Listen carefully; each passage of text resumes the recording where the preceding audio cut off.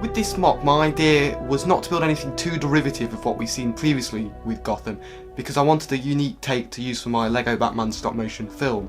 So the idea that I came up with was to build vertically instead of horizontally, and what that meant was stacking 3 different districts of Gotham on top of each other, as if instead of over time they built outwards, they built upwards instead.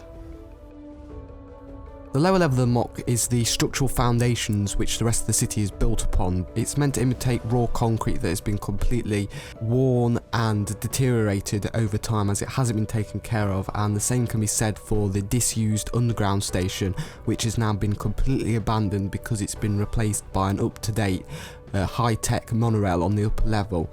There is still a functioning dock on this level, but it's somewhere that has been completely abused and taken over by the criminal underworld. I also want to take advantage of this level of the MOC to include some more secretive areas of Gotham City.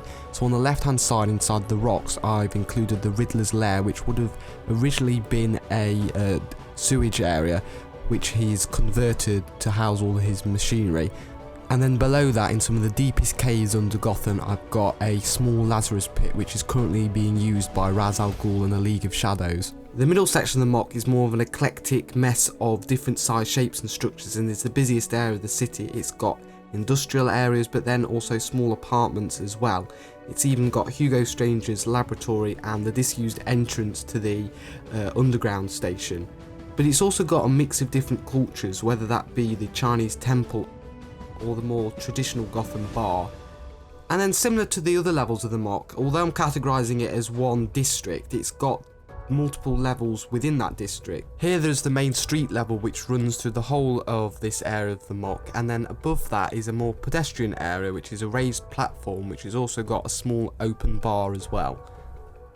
Then the final of the MOC does feature some older buildings, with the clock tower which now houses Joker's lair, and then also a small apartment building with Poison Ivy's apartment on the top level. But the main purpose of this top level is the business district of Gotham City, which is accessed from the lower levels using this lift on the left hand side.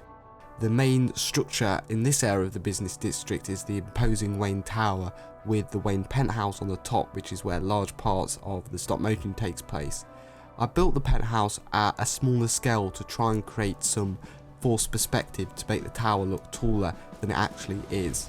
Next to the tower we have this other structure which on the top floor has Oswald Cobblepot's office and then also a small kitchen. Then I also built a small section of the GCPD where I've included the interior for the entrance, and then on the roof a build for the bat signal. You may have noticed that 2 of the sides of this MOC are completely open to create a dollhouse effect so you can look inside the different interiors. The other way of doing this would have been a modular system where you take each layer off so you can sort of see inside through the roof into all the different interiors, but this would have created really limited views, so I decided to go with the dollhouse effect. However, the downside of this is any structures on the front 2 sides of the MOC, you can't really get good views inside, but I have included a few removable panels, removable roofs here and there to allow views into these interiors as well. The MOC had to be suitable for the stop motion, that was its main priority, but I also wanted to make it stand alone on its own right, and what that meant was including as much detail as possible but also as much functionality as I possibly could. So I've included more lights in this MOC than I have ever done before. So I've got the LED, Light My Brick LEDs, which are great for those small little details, but then also I was looking for some lights that are actually able to light up whole areas within the MOC, and what I found were these LEDs housed within 1x4 plates connected by really thin wire, and there's 4 lights on each set, and I've got 4 sets within the MOC, and they are great for lighting up those whole areas of the MOC. The problem is they're powered by a USB power pack, and the ones that I've got are quite large and bulky, so I've had to sacrifice, I guess, some substantial interior space in order to accommodate for the power packs to power the light, but I think it's a real small price to pay for the effect that they do give off. I also wanted to experiment with using some electroluminescent wire to try and create some neon signs and neon tubing in the MOC.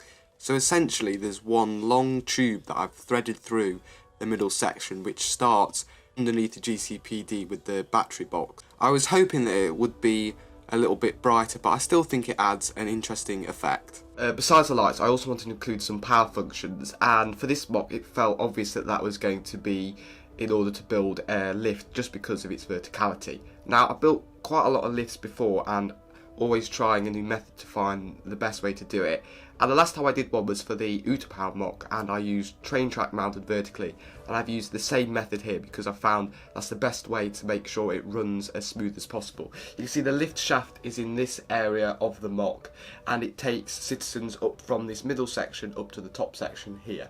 Now, the lift is controlled using a Power Functions remote, and the IR receiver is on the back of the MOC here, so you do sort of have to be stood in this area in order to control the lift. In conclusion, I'm much happier with how this Gotham turned out compared to ones I've done in the past.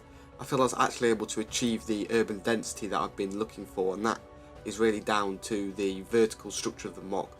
And although it's not got the largest footprint of MOCs I've done, it is definitely used the most parts, and I know that because when I got to the later levels I was really running out of parts and only really able to build based on the parts that I had left, which did mean that I definitely was limited and wasn't quite able to do what I wanted, but I was able to accomplish something similar to my initial idea.